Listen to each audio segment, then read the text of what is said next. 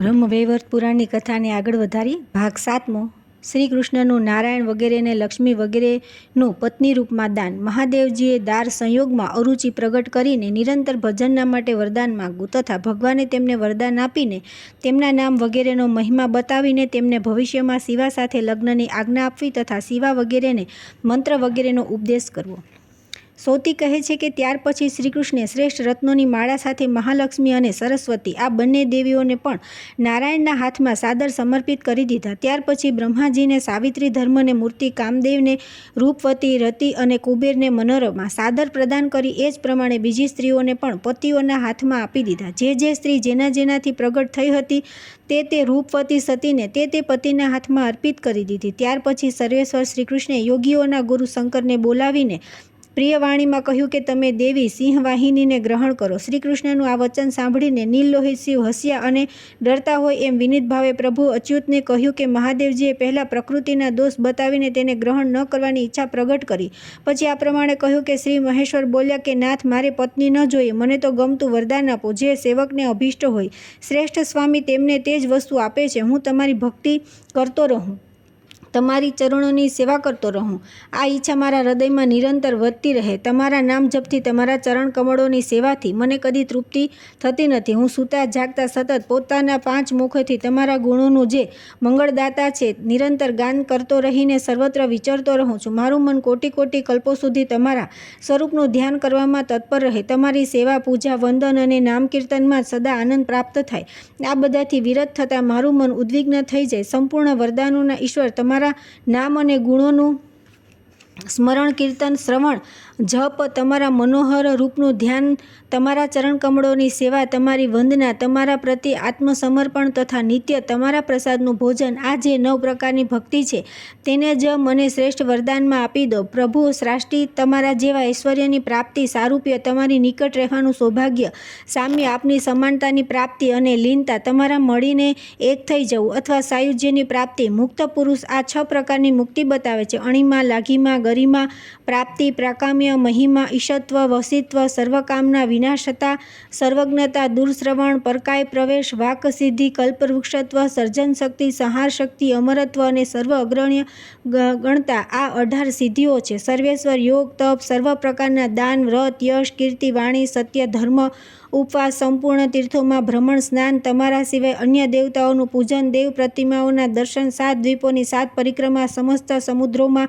સ્નાન, બધા સ્વર્ગોના દર્શન, બ્રહ્મપદ, રુદ્રપદ, વિષ્ણુપદ તથા પરમપદ, આ તથા બીજા પણ જે અનિર્વચનીય આવકારદાયક પદ છે તે બધા જ તમારી ભક્તિના 16મા અંશને બરાબર નથી. મહાદેવજીના આ વચન સાંભળીને ભગવાન શ્રીકૃષ્ણ હસ્યા અને તે યોગી ગુરુ મહાદેવજીને સુખપ્રદ વચન બોલ્યા. શ્રી ભગવાને કહ્યું કે સર્વજ્ઞોમાં શ્રેષ્ઠ સર્વેશ્વર શિવ, તમે પૂરા 100 કરોડ કલ્પો સુધી નિરંતર રાત દિવસ મારી સેવા કરો. સુરેશ્વર, તમે તપસ્વીઓ, સિદ્ધો, યોગીઓ, જ્ઞાનીઓ, વૈષ્ણવો તથા દેવતોમાં સર્વશ્રેષ્ઠ છો. શંભો, તમે અમરત્વ લાભ કરો અને મહાન મૃત્યુંજય થઈ જાઓ. મારા વરદાનથી તમને સર્વ પ્રકારની સિદ્ધિઓ, વેદોનું જ્ઞાન અને સર્વજ્ઞતા પ્રાપ્ત થશે. વત્સ, તમે લીલાપૂર્વક અસંખ્ય બ્રહ્માંડનું પતન જોશો. શિવ, આજથી તમે જ્ઞાન, તેજ, અવસ્થા, પરાક્રમ, યશ અને તેજમાં મારા સમાન થઈ જાઓ. તમે મારા માટે પ્રાણોથી પણ વધારે પ્રિય છો. તમારાથી વધીને મારો બીજો કોઈ પ્રિય ભક્ત નથી. શિવ, તમારાથી વધીને અત્યંત પ્રિય મારા માટે બીજું કોઈ નથી. તમે મારા આત્માથી વધીને છો. જે પાપિષ્ટ, અજ્ઞાની અને ચેતનાહીન મનુષ્ય તમારી નિંદા કરે છે તેમને ત્યાં સુધી કાલસૂત્ર નરકમાં નાખવામાં આવે છે જ્યાં સુધી ચંદ્રમા અને સૂર્ય તપે છે. શિવ, તમે 100 કોટી કલ્પો બાદ શિવાને ગ્રહણ કરશો. તમારું વચન કદી વ્યર્થ થતું નથી. તમારે આનું પાલન કરવું જોઈએ. તમે મારા અને પોતાના વચનોનું પણ પાલન કરો. શંભો, તમે પ્રકૃતિ દુર્ગાને ગ્રહણ કરીને દિવ્ય સહસ્ત્ર વર્ષો સુધી મહાન સુખ અને શૃંગાર રસનું આસ્વાદન કરશો. તેમાં સંશય નથી. તમે માત્ર તપસ્વી નથી, મારા જેવા જ મહાન ઈશ્વર છો.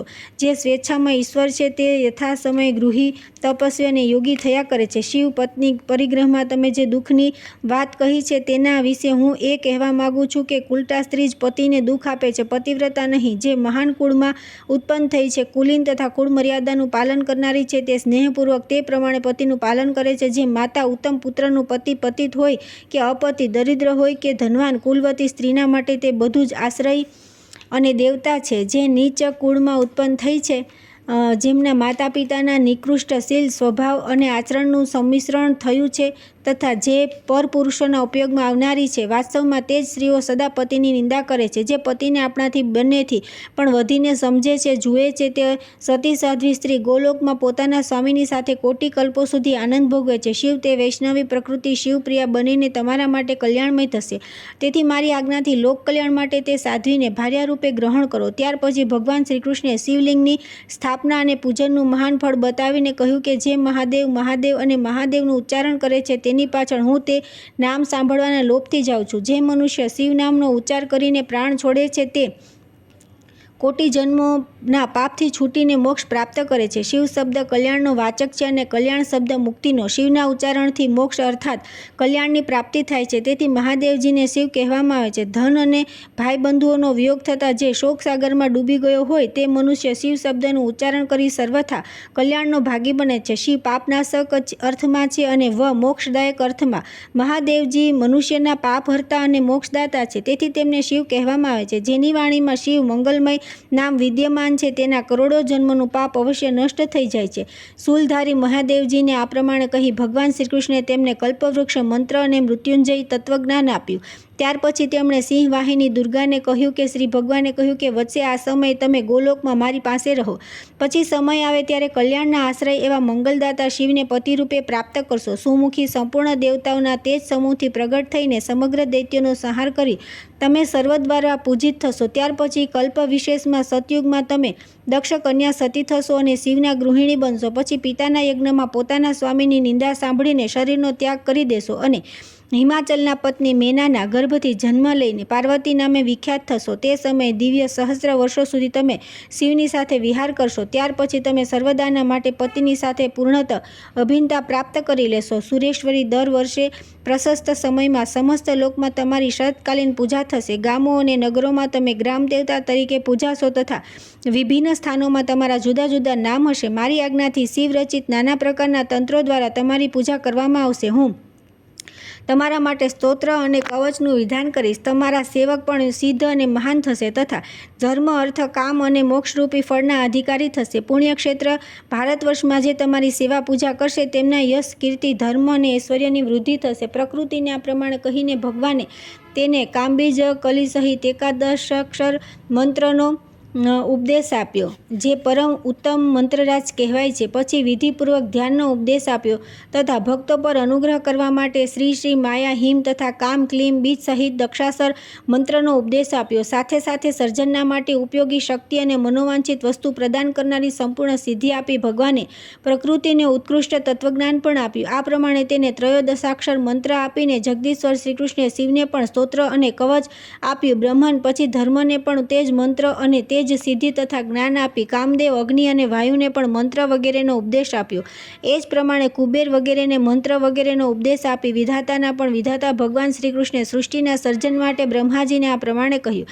શ્રી ભગવાને કહ્યું કે મહાભાગ વિધે તમે સહસ્ત્ર દિવ્ય વર્ષો સુધી મારી પ્રસન્નતા માટે તપ કરીને નાના પ્રકારની ઉત્તમ સૃષ્ટિ કરો. આ પ્રમાણે કહીને શ્રીકૃષ્ણે બ્રહ્માજીને એક મનોરમ માળા આપી. પછી ગોપીઓની સાથે તેઓ નિત્ય નૂતન દિવ્ય વૃંદાવનમાં ચાલ્યા ગયા. ત્યાર પછી આવે છે સૃષ્ટિનો ક્રમ. બ્રહ્માજી દ્વારા મેદિની પર્વત, સમુદ્ર, દ્વીપ, મર્યાદા પર્વત, પાતાળ, સ્વર્ગ વગેરેનું નિર્માણ, કૃત્રિમ જગતની અનિત્યતા તથા વૈકુંઠ, શિવલોક તથા ગોલોકની નિત્યતાનું પ્રતિપાદન. સૌથી કહે છે કે હે સોનકજી, ત્યારે ભગવાનની આજ્ઞા પ્રમાણે તપસ્યા કરી અભિષ્ટ સિદ્ધિ પ્રાપ્ત કરી બ્રહ્માજીએ સર્વપ્રથમ મધુ અને કૈટભના મેદથી મેદિની ભૂમિનું સર્જન કર્યું. તેમણે 8 પ્રધાન પર્વતોની રચના કરી. તે બધા બહુ સુંદર હતા. તેમના બનાવેલા નાના નાના પર્વતો અસંખ્ય છે. તેમના નામ કઈ રીતે બતાવું?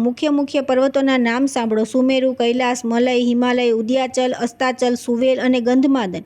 આ 8 મુખ્ય પર્વત છે. પછી બ્રહ્માજીએ 7 સમુદ્રો, અનેકાનેક નદો અને અસંખ્ય નદીઓ ઉત્પન્ન કરી વૃક્ષો, ગામો અને નગરોનું નિર્માણ કર્યું. સમુદ્રના નામ સાંભળો. લવણ, ઇક્ષુરસ, સુરા, ધૃત, દહીં, દૂધ અને સુસ્વાદુ જળના તે સમુદ્ર છે. એમનામાંથી પ્રથમ સમુદ્રની લંબાઈ પહોળાઈ 1,00,000 યોજનની છે.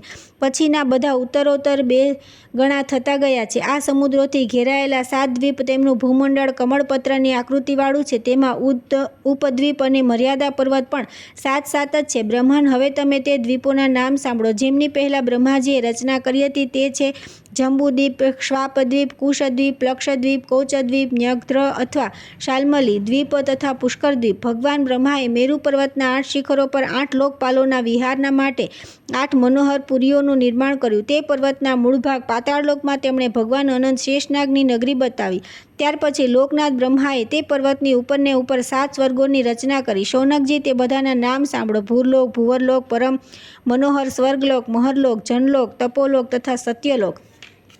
મેરુના સૌથી ઉપરના શિખર પર જરા, મૃત્યુ વગેરેથી રહિત બ્રહ્મલોક છે. તેનાથી પણ ઉપર ધ્રુવલોક છે, જે બધી રીતે અત્યંત મનોહર છે. જગદીશ્વર બ્રહ્માજીએ તે પર્વતના નીચેના ભાગમાં 7 પાતાલોનું નિર્માણ કર્યું. મુને, તે બધા સ્વર્ગ કરતાં પણ વધારે ભોગ સાધનોથી સંપન્ન છે અને ક્રમશઃ એકથી બીજા ઉત્તરોત્તર નીચે ભાગમાં સ્થિત છે. તેમના નામ આ પ્રમાણે છે: અતલ, વિતલ, સુતલ, તલાતલ, મહાતલ, પાતાલ અને રસાતલ. બધાની નીચે રસાતલ છે. 7 દ્વીપ, 7 સ્વર્ગ તથા 7 પાતાલ, આ બધા લોક સહિત જે સંપૂર્ણ બ્રહ્માંડ છે તે બ્રહ્માજીના જ અધિકારમાં છે. શૌનક, એવા અસંખ્ય બ્રહ્માંડ છે અને મહાવિષ્ણુના રોમકૂપોમાં તે સ્થિત છે. શ્રી કૃષ્ણની માયાથી પ્રત્યેક બ્રહ્માંડમાં દિક્પાલ બ્રહ્મા, વિષ્ણુ અને મહેશ્વર છે.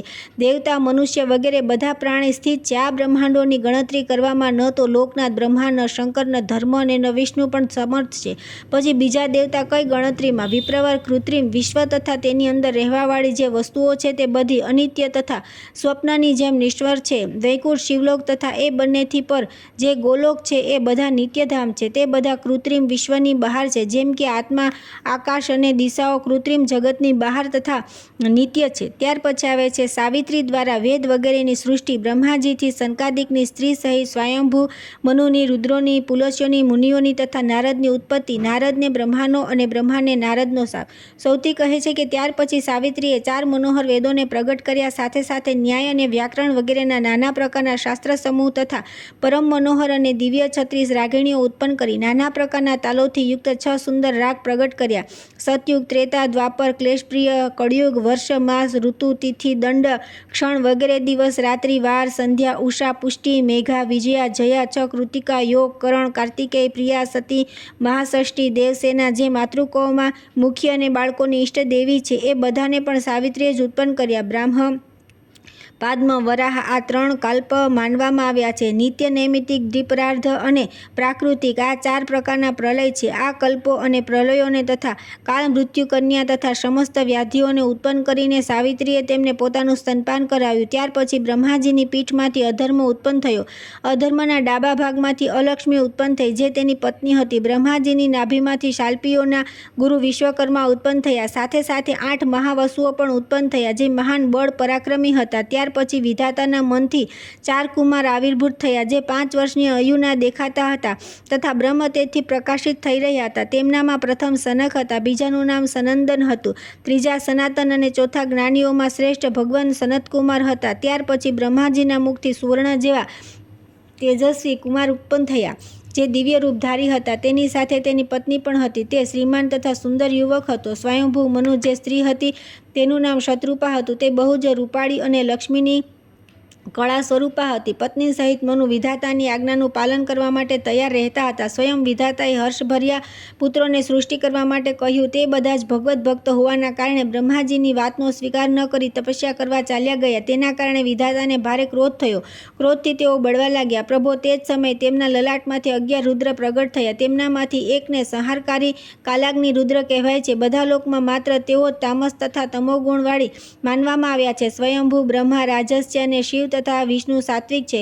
ગોલોકના સ્વામી શ્રીકૃષ્ણ નિર્ગુણ છે, કેમ કે તેઓ પ્રકૃતિથી પર છે. જે પરમ અજ્ઞાની અને મૂર્ખ છે, તેઓ જ શિવને તામસ તમોગુણી કહે છે. હવે તે રુદ્રોના વેદોક્ત નામ સાંભળો: મહાન, મહાત્મા, મતિમાન, ભીષણ, ભયંકર, ઋતુધ્વજ, ઉદ્ધવકેશ, પિંગલાક્ષ, સૂચિ, રુચિ તથા કાલાગ્નિ રુદ્ર. બ્રહ્માજીના જમણા કાનથી પુલસ્ય, ડાબા કાનથી પુલ, જમણા નેત્રથી અત્રિ, વામ નેત્રથી ક્રતુ, નાસિકા છિદ્રથી અરણી, મુખથી અંગીરા તથા રુચિ, વામ ભાગથી ભૃગુ, દક્ષિણ ભાગથી દક્ષ, છાયાથી કરદમ, નાભિથી પંચશીક, વક્ષસ્થળથી વોઢુ, કંઠથી નારદ, સ્કંધથી મારી જ ગળામાંથી અપરાંતમાં રસનાથી વસિષ્ઠ અધોરષ્ઠથી પ્રચેતા વામકુક્ષીથી હંસ અને દક્ષિણ કુક્ષીથી યતિ પ્રગટ થયા. વિધાતાએ પોતાના આ પુત્રને સૃષ્ટિ કરવાની આજ્ઞા આપી.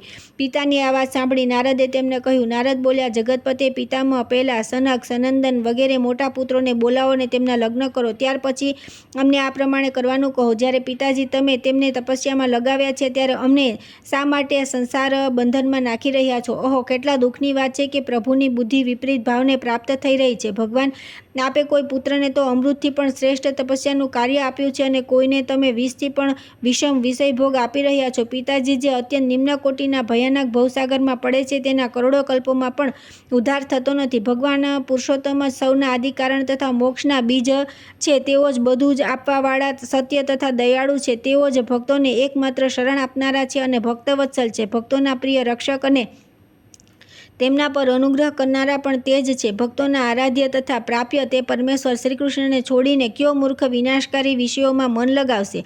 અમૃતથી પણ વધારે પ્રિય કૃષ્ણની સેવા મૂકી કયો મૂર્ખ વિષય નામક વિષયનું ભક્ષણ કરશે? વિષય તો સ્વપ્ન જેવા નશ્વર, તુચ્છ, મિથ્યા તથા વિનાશકારી છે.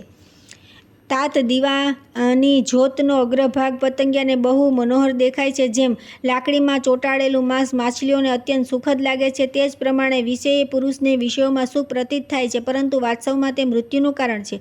બ્રહ્માજીની સામે આવી વાત કહીને નારદજી ચૂપ થઈ ગયા. તેઓ અગ્નિશિખા જેવા તેજથી પ્રકાશિત થઈ રહ્યા હતા. પિતાજીને પ્રણામ કરીને ચૂપચાપ ઊભા રહ્યા.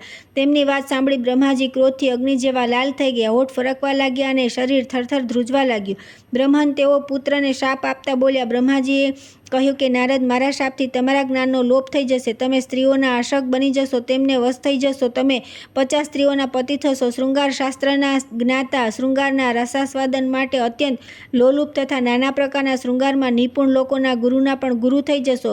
સુમધુર સ્વરથી યુક્ત ઉત્તમ ગાયક થઈ જશો. વીણા વાદન સંદર્ભમાં પારંગત તથા સુસ્થિર યૌવનથી યુક્ત થશો. વિદ્વાન, મધુરભાષી, શાંત, સુશીલ, સુંદર અને સુબુદ્ધિ થશો.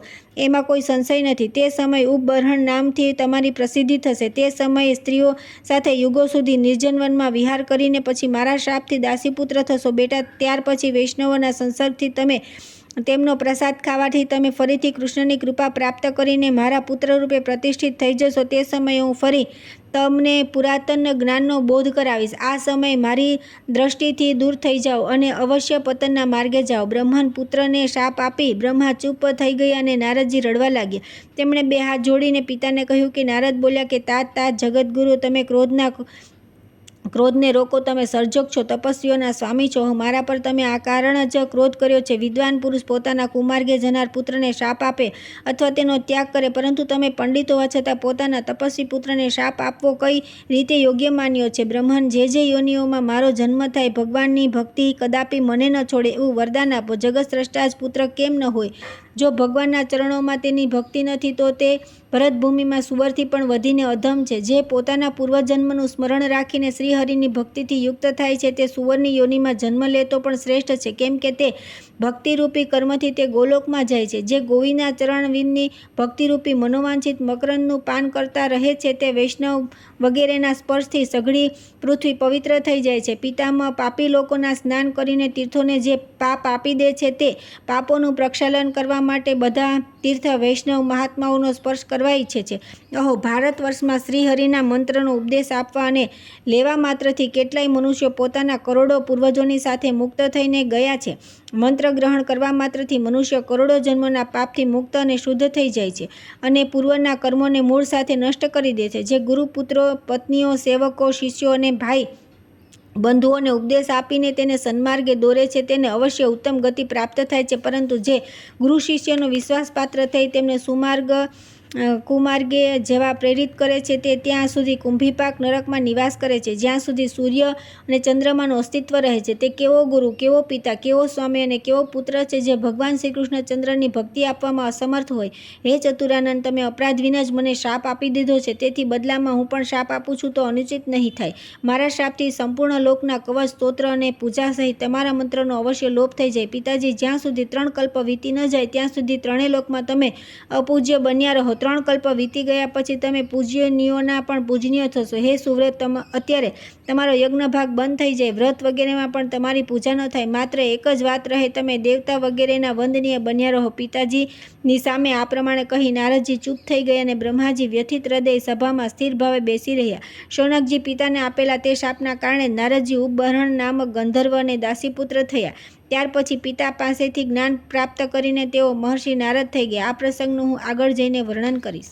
ત્યાર પછી આવે છે મરીચી આદિ બ્રહ્મકુમારો તથા દક્ષ કન્યાઓની સંતતિનું વર્ણન. દક્ષના શાપથી પીડિત ચંદ્રમાનું ભગવાન શિવના શરણમાં જવું. પોતાની કન્યાઓના અનુરોધથી દક્ષનું ચંદ્રમાને પાછા લાવવા માટે જવું. શિવની શરણાગત વત્સલતા તથા વિષ્ણુની કૃપાથી દક્ષને ચંદ્રમાની પ્રાપ્તિ. સૌથી કહે છે કે હે વિપ્રવર શૌનક, ત્યાર પછી બ્રહ્માજીએ પોતાના પુત્રોને સૃષ્ટિ કરવાની આજ્ઞા આપી. નારદ સિવાય બાકીના બધા પુત્ર સૃષ્ટિના કાર્યમાં સંલગ્ન થઈ ગયા. મારી મનથી પ્રજાપતિ કશ્યપનો પ્રાદુર્ભાવ થયો. અત્રિના નેત્ર મળથી ક્ષીરસાગરમાં ચંદ્રમા પ્રગટ થયા. પ્રચેતાના મનથી ગૌતમનું પ્રાગટ્ય થયું. મૈત્રા વરુણ પુલસ્ય માનસ પુત્ર છે. મનુથી શતરૂપાના ગર્ભથી 3 કન્યાઓનો જન્મ થયો. આકૃતિ, દેવહૂતિ અને પ્રસૂતિ તે ત્રણેય પતિવ્રતા હતી. મનુ શતરૂપાથી 2 મનોહર પુત્ર પણ થયા, જેમના નામ હતા પ્રિયવ્રત અને ઉત્તાનપાદ. ઉત્તાનપાદના પુત્ર ધ્રુવ થયા, જે મોટા ધર્માત્મા હતા. મનુએ પોતાની પુત્રી આકૃતિના લગ્ન પ્રજાપતિ રુચિ સાથે તથા પ્રસૂતિના લગ્ન દક્ષ સાથે કરી દીધા. એ જ પ્રમાણે દેવહૂતિના વિવાહ તેમણે કરદમ ઋષિ સાથે કર્યા, જેમના પુત્ર સાક્ષાત ભગવાન કપિલ છે. દક્ષથી પ્રસૂતિના ગર્ભથી 60 કન્યાઓનો જન્મ થયો. તેમનામાંથી 8 કન્યાઓના લગ્ન દક્ષે ધર્મ સાથે કર્યા. 11 કન્યાઓ 11 રુદ્રોને આપી. 1 કન્યા સતી ભગવાન શિવને સોંપી દીધી. 13 કન્યાઓ કશ્યપને આપી તથા 27 કન્યાઓ તેમણે ચંદ્રમાને અર્પિત કરી દીધી. વિપ્રવર, હવે હું ધર્મની પત્નીઓના નામ કહું છું, સાંભળો. શાંતિ, પુષ્ટિ, ધૃતિ, તુષ્ટિ, ક્ષમા, શ્રદ્ધા, મતિ અને સ્મૃતિ. શાંતિનો પુત્ર સંતોષ અને પુષ્ટિનો પુત્ર મહાન થયો. ધૃતિથી ધૈર્યનો જન્મ થયો. તુષ્ટિના 2 પુત્ર થયા, હર્ષ અને દર્પ. ક્ષમાનો પુત્ર સહિષ્ણુ હતો તથા શ્રદ્ધાનો પુત્ર ધાર્મિક. મતિના પુત્રનું નામ જ્ઞાન હતું અને સ્મૃતિથી મહાન જાતિ સ્મરણનો જન્મ થયો. ધર્મની જે પ્રથમ પત્ની મૂર્તિ હતી તેનાથી નરનારાયણ નામે 2 ઋષિઓ ઉત્પન્ન થયા. ધર્મના આ બધા પુત્રો બહુ ધર્માત્મા હતા. હવે તમે સાવધાન થઈ રુદ્રપત્નીઓના નામ સાંભળો. કલા, કલાવતી, કાષ્ટા, કાલિકા, કલહપ્રિયા, કલંદી, ભીષણા, સ્નાસના, પ્રમોચા, ભૂષણા અને સુખી. આ બધાથી ઘણા પુત્ર ઉત્પન્ન થયા, જે ભગવાન શિવના પાર્ષદ છે. દક્ષપુત્રી સતી યજ્ઞમાં પોતાના સ્વામીની નિંદા થવાથી શરીરનો ત્યાગ કર્યો અને ફરી હિમવાનની પુત્રી પાર્વતી રૂપે અવતીર્ણ થઈને ભગવાન શંકરને જ પતિરૂપે પ્રાત્ય કર્યા. હે ધર્માત્મન, હવે કશ્યપની પત્નીઓના નામ સાંભળો. દેવ માતા અદિતિ, દૈત્ય માતા દિતિ, સર્પ માતા કદ્રુ, પક્ષીઓની જનની વિનતા ગાયો અને ભેંસોની માતા સુરભી, કૂતરા વગેરે જંતુઓની માતા શર્મા, દાનવ જનની દનુ તથા અન્ય પત્નીઓ પણ આ જ રીતે અન્યાન્ય સંતાનોની જનની છે. મુનિ ઇન્દ્ર વગેરે 12 આદિત્ય તથા ઉપેન્દ્ર, વામન વગેરે દેવતા અદિતિના પુત્ર છે, જેઓ મહાન બળ પરાક્રમથી સંપન્ન છે. બ્રહ્મન ઇન્દ્રનો પુત્ર જયંત થયો, જેનો જન્મ શચીના ગર્ભથી થયો હતો. આદિત્ય સૂર્યના પત્ની તથા વિશ્વકર્માની પુત્રી સવર્ણાના ગર્ભથી શનીશ્વર તથા યમ નામના 2 પુત્ર થયા તથા કાલિંદી નામક 1 કન્યા થઈ. ઉપેન્દ્રના તેજ અને પૃથ્વીના ગર્ભથી મંગલ નામક પુત્ર થયો. ત્યાર પછી ભગવાન ઉપેન્દ્રના અંશ અને ધરણીના ગર્ભથી મંગલના જન્મનો પ્રસંગ કહીને સૌથી બોલ્યા કે મંગલની પત્ની મેઘા થઈ, જેના પુત્ર મહાન ઘંટેશ્વર તથા વિષ્ણુ જેવા તેજસ્વી થયા. દિતિથી મહાબલી હિરણ્યકશિપુ અને હિરણાક્ષ નામક પુત્ર તથા સિંહિકા નામવાળી કન્યાનો જન્મ થયો. સિંહિકે રાહુ સિંહિકાનો પુત્ર છે. સિંહિકાનું બીજું નામ નિરુતિ પણ હતું, તેથી રાહુને નૈઋતિ પણ કહેવાય છે. હિરણાક્ષને કોઈ સંતાન ન હતું, તે યુવાવસ્થામાં જ ભગવાન વરાહના હાથે મરાઈ ગયો. હિરણ્યકશિપુના પુત્ર પ્રહલાદ થયા, જે વૈષ્ણવોમાં અગ્રગણ્ય માનવામાં આવે છે. તેમના પુત્ર વિરોચન થયા અને વિરોચનના પુત્ર સાક્ષાત રાજા બલિ થયા. બલિનો પુત્ર બાણાસુર થયો, જે મહાન યોગી, જ્ઞાની અને ભગવાન શંકરનો સેવક હતો. અહીં સુધી દિતિનો વંશ કહેવામાં આવ્યો છે. હવે કદ્રુના વંશનો પરિચય સાંભળો. અનંત, વાસુકી, કાલિય, ધનંજય, કર્કોટક, તક્ષક, પદ્મ, ઐરાવત, મહાપદ્મ, શંકુ, શંખ, સવર્ણ, ધૃતરાષ્ટ્ર, દુર્ઘસ, દુર્જય, દુર્મુખ, બલ, ગોક્ષ, ગોકામુખ તથા વિરૂપ વગેરેને કદ્રુએ જન્મ આપ્યો હતો. સોનકજી, જેટલી સર્પ જાતિઓ છે તે બધામાં મુખ્ય આ જ છે. લક્ષ્મીના અંશથી પ્રગટ થયેલી મનસાદેવી કદ્રુની કન્યા છે. તે તપસ્વીની સ્ત્રીઓમાં શ્રેષ્ઠ, કલ્યાણ સ્વરૂપા અને મહા તેજસ્વી છે. તેમનું જ બીજું નામ જતકારુ છે. તેમના જ પતિ મુનિવર ઝટકારુ હતા, જે નારાયણની કળાથી પ્રગટ થયા હતા. વિષ્ણુતુલ્ય તેજસ્વી આસ્તિક આ જ મનસાદેવીના પુત્ર છે. આ બધાના નામ માત્રથી મનુષ્યોનો નાગોથી ભય દૂર થઈ જાય છે. અહીં સુધી કદ્રુના વંશનો પરિચય આપવામાં આવ્યો છે. હવે વિંતાના વંશનું વર્ણન સાંભળો. વિંતાને 2 પુત્ર થયા, અરુણ અને ગરુડ. બંને વિષ્ણુતુલ્ય પરાક્રમી હતા. તે બંનેમાંથી ક્રમશઃ સઘળી પક્ષી જાતિ પ્રગટ થઈ. ગાય, બળદ, ભેંસ, સુરભીના સંતાનો છે. બધા કુતરા શર્માના વંશજ છે. દનુના વંશમાં દાનવ થયા તથા અન્ય સ્ત્રીઓના વંશજ બીજી જાતિઓ. અહીં સુધી કશ્યપ વંશનું વર્ણન કરવામાં આવ્યું હતું.